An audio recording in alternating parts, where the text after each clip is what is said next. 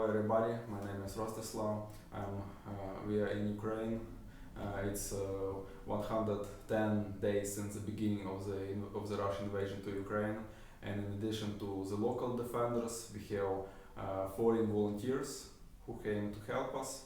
And among fighters, we have lots of humanitarian volunteers. One of them is Harrison, and we are going to share a few words with them, how they are helping Ukraine. And could you give us a bit more information about this? Of course. So I am the co-founder of Task Force Yankee Ukraine. We've been operating in Ukraine since March 4th. Also, what we primarily do is we find the remote villages that have been impacted the most in Ukraine, and then we are able to supply them with humanitarian and food supplies. To date, we've donated about 200 supply missions, and we've also gone and done about 60 tons worth. Deliver the supplies. We then evacuate the Ukrainian citizens that are willing to be evacuated to safer areas within Ukraine. Within Ukraine, Of course. I see. And this is our lead project manager, Luba. She's working with TFY. Yeah, my name is Luba. I am not a foreign volunteer. I'm from Ukraine, and I recently joined TFY, and inside of TFY, we've recently completed a mission of supplying occupied city of Balaklia in Kharkiv region with humanitarian aid. So we delivered them about 3 tons of food, medicines, and hygiene, and of course clothes. And today we got a message from them that their village being shelled with Russian missiles, and we now searching for buses or vans to evacuate people from these territories, because lots of people were killed, lots of buildings were destroyed, and now we're very lucky that we've supplied them with lots of humanitarian aid that they can use today, and yeah. That's the work that we need. We also have another humanitarian mission like Doctors Without Borders and many more who came to help us. And regarding your organization, do you work on charities or involve some personal funds to fund these projects? Yes, we are 100% self-funded. Every now and then, any help that we can get from friends and families. We don't have any large donors right now. It's all very small donations just from the people that we know and the people who are able to help us. So not only does Task Force Yankee work with supplying, we also build advanced first aid kits for the brave Ukrainian defenders on the front lines. Harrison, so how many IFAKs did your organization deliver to people in need? So to date, we have built approximately 6,000 IFAKs.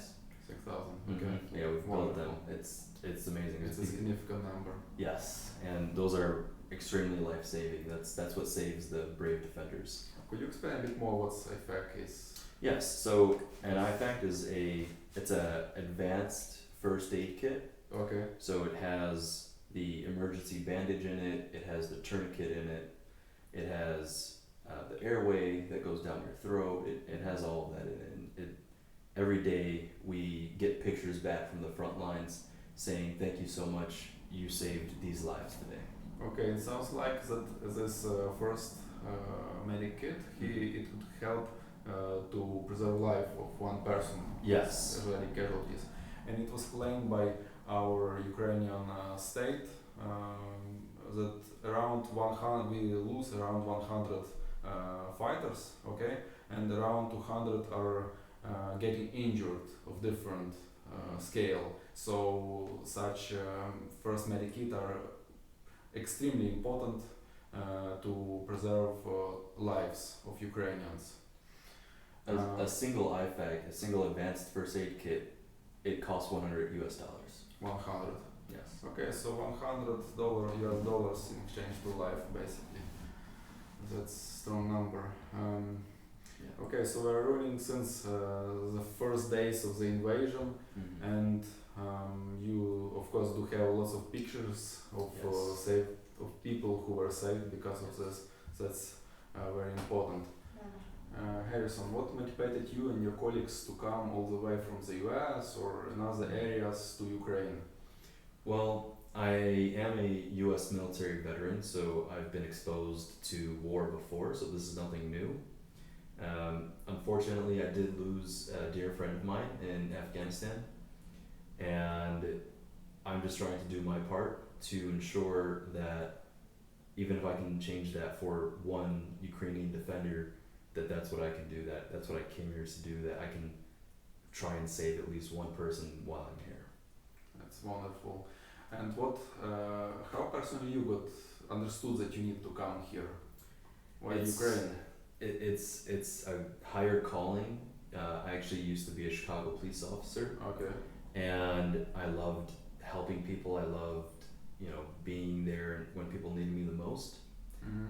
And I just saw a greater need to come to Ukraine and help out here. That's wonderful. And Bob, how do you understand that you should join Harrison in his mission? First, I was running my own NGO, and I wanted to expand our operations, our missions, but my team wasn't prepared for it. They weren't ready. So then we've been cooperating with TFY for a long time and carrying out many missions together. And I saw that they have more resources, they are more inspired to help those in need. And recently I decided to join TFY in order to help expand the operations, and that's it. But my main motivation of helping people and of volunteering is that I'm actually from Crimea. Crimea, this is a Ukrainian peninsula which is occupied by Russian troops from 2014. Yes, and I came through this, and I'm coming through this twice, and I know what Russians do with Ukrainians, and I don't want anybody from Ukraine feel the same that I felt. And I want to save as many lives as I can, and help as many people as I can. So that's why I joined Task Force Yankee. So Harrison, what help do you need? We still need all the help. We need monetary donations. We need supplies. Every single day, a new village or a hospital or a frontline unit is still sending us supply requests, whether that's gloves or boots or uniforms or knee pads or helmets. Anything and everything is highly needed on the front lines. We try to get food to the most remote villages. Anything and everything helps the Ukrainian people. What we're starting to see now is something that's known as, or that I call, compassion fatigue.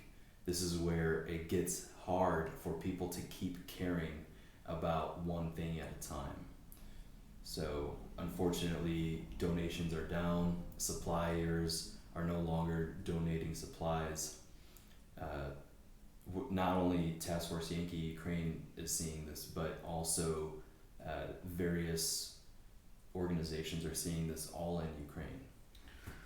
I must add that all Ukrainians are closely watching for how this war develops. Many are going to war actually to fight, and we see that the conflict intensifying. Of course, they're a bit more local. It's not like half Ukraine that the Russians are attacking, but a significant part, around 20% already under the occupation.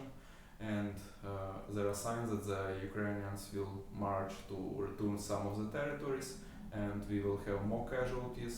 They will need more help. So we ask you if you can to help missions like Harrison and others to help us preserve as more lives as possible. So I will drop Harrison's organization information as below this video, so you could participate in helping Ukraine. We just had a talk with Harrison and Lyubov, and we are going to their base to look at their operations. I'm together with Linda, manager of this space.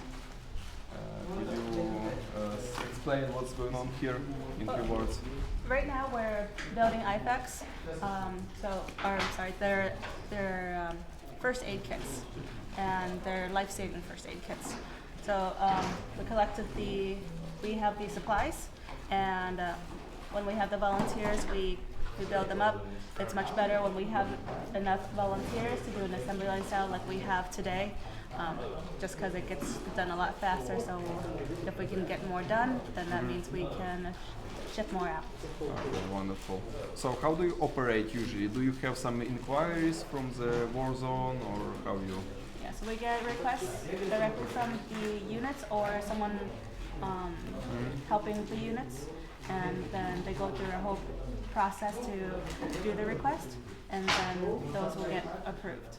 And then once they're approved, we either ship them out ourselves or they come and collect them. Okay, I understand. And what's your recent mission? Did you supply something to the war zone recently? What was the area? So we can't really tell you the specific areas that we supply to, but we try our best to supply all of our aid to the front lines. Particularly front line or zero line. Okay. And we also do humanitarian aid. We ship not only to the soldiers, like first aid stuff and just like protective stuff and medical stuff, but we also ship to civilians. Okay, I understand. Food, hygiene, medical products, medicines. Really appreciate your work. Can you show us around? Yeah. So over here, this is the beginning of the assembly line. This is called mollies, and they're just the bags that house the materials. And then each person does a different thing, or puts in a different item. So we started off with opening up the bags, and then putting in there's a blanket, and then there's the triangle bandage and compressed gauze here. So each bag is a little different, so we set it up differently each time.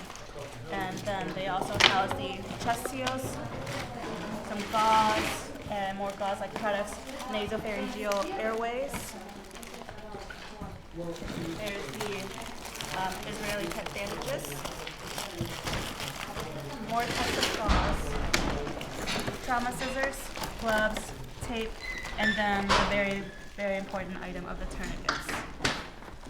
So each person, everyone here has been doing it multiple times, so we try to keep it consistent and check our work as well, so that we don't miss any of these supplies. Hello again. I am now with Patrick, Chief Operation Officer from Task Force Yankee. Could you explain us some more bits about your operations? So first of all, thank you for coming. Task Force Yankee is a multinational organization. That is something which is very important. It shows the importance that people care what's happening in Ukraine. We have a diversity of nationalities, many Americans of course, but we have a Belgian like me, we have somebody from Brazil, we have people from Puerto Rico, we have people from the Isle of Man. So we are very diverse in our people. All these people bring skill sets with them, to their experience, to what they've learned, and those skill sets are set within the organization which is called Task Force Yankee Ukraine. Our operations are very diverse, like for instance the TC3 training, so the Tactical Combat Casualty Care training, which we do for the Ukrainian Army, but also for civilians if need be. We focus a lot on the military medical supplies, with for instance the IFAK, the individual first aid kit, which is very important for the soldier because it saves lives. And we train the people to use that IFAK.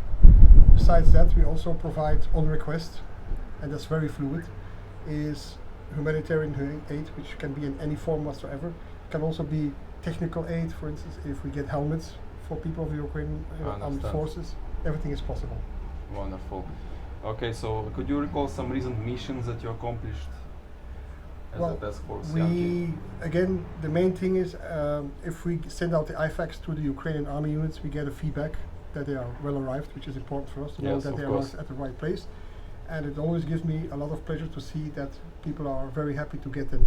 Other missions which we've done is basically deliver humanitarian aids, medical supplies, medical tools to hospitals, be it military or civilian.